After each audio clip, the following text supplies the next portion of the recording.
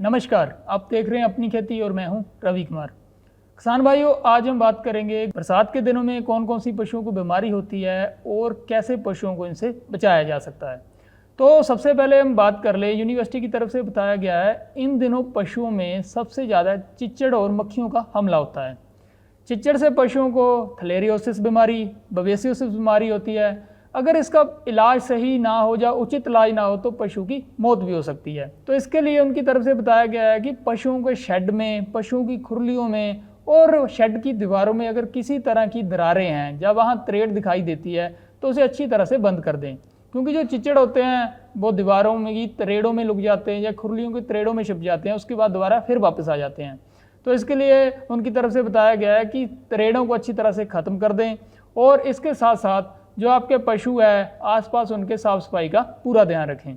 और मक्खियों के साथ पशुओं को लंपी बीमारी का खतरा हो सकता है, सराम बीमारी जो होती है इसका खतरा हो सकता है, या और भी कई तरह की पशुओं को दिक्कतें आ सकती हैं। तो इसके लिए उनके आसपास साफ सफाई रखें, गंदा पानी उनके आसपास खड़ा ना होने दें और जो उनका गोबर है उसका सही निकास होना चाहिए। इसके साथ साथ उनकी तरफ से बताया गया है कि इन दिनों पशुओं की खुराक में फंगस जो है, खुराक के साथ फंगस जो है अंदर चली जाती है, जिससे पशु को नुकसान होता है। तो फंगस बनने का कारण पहले तो बता देते हैं कि फंगस जो है पशु की आपने जहाँ खुराक रखी है वहाँ अधिक नमी होती है, बरसात के कारण वहाँ बरसात का पानी चला जाता है या वहाँ नमी अधिक बनने लग जाए, या आपने जिस जगह पशु की तूड़ी रखी हुई है, हरा चारा रखा हुआ है, साइलेज आपने जिस जगह तैयार किया हुआ है वहाँ नमी के साथ उसकी खुराक में फंगस लगने लग जाती है। और वही फंगस जब पशु के शरीर में जाती है तो उससे पशुओं को कैंसर हो सकता है। तो इसलिए पशुओं की खुराक जहाँ आपने रखी है वहाँ साफ़ सफाई का ध्यान होना चाहिए, उसके बाद वहाँ नमी नहीं होनी चाहिए और साफ़ और संतुलित खुराक पशुओं को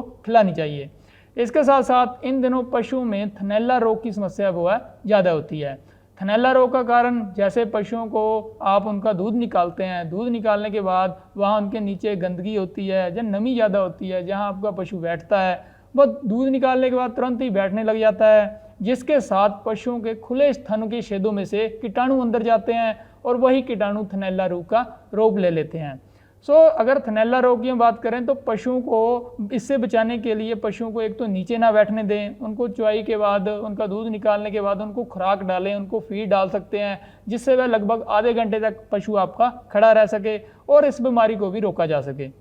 इसके साथ साथ पशुओं को गलघोटू और मुंह खुर की पशुओं को समय समय पर वैक्सीनेशन करवाएं, और अगर गलघोटू या मुंह खुर का किसी भी तरह के लक्षण दिखाई देते हैं तो तुरंत नज़दीकी डॉक्टर की सहायता लेकर इस बीमारी का भी इलाज करवाना चाहिए।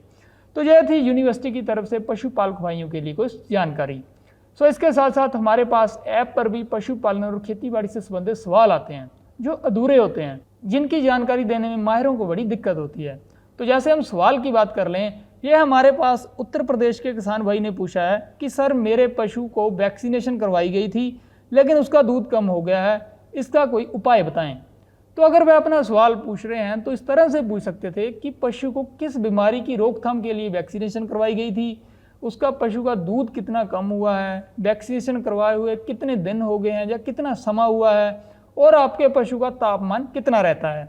तो अगर ऐसे आप विस्तार से अपना सवाल पूछते हैं तो जो भी माहिर आपके सवाल का जवाब दे रहा है उसको पता लग जाता है कि पशु को कौन सी दिक्कत है, किस कारण उसका दूध कम हुआ है या किस बीमारी का इसको इलाज करना है। तो ऐसे आप अगर अपनी खेती पे कोई भी सवाल पूछना चाहते हैं तो आप अपना सवाल विस्तार से पूछें ताकि आपको सही समय पर सही जानकारी जो है मिल सके। तो ऐसे ही पशुपालन और खेतीबाड़ी से संबंधित जानकारी लेने के लिए जुड़े रहें अपनी खेती के साथ। बहुत बहुत धन्यवाद।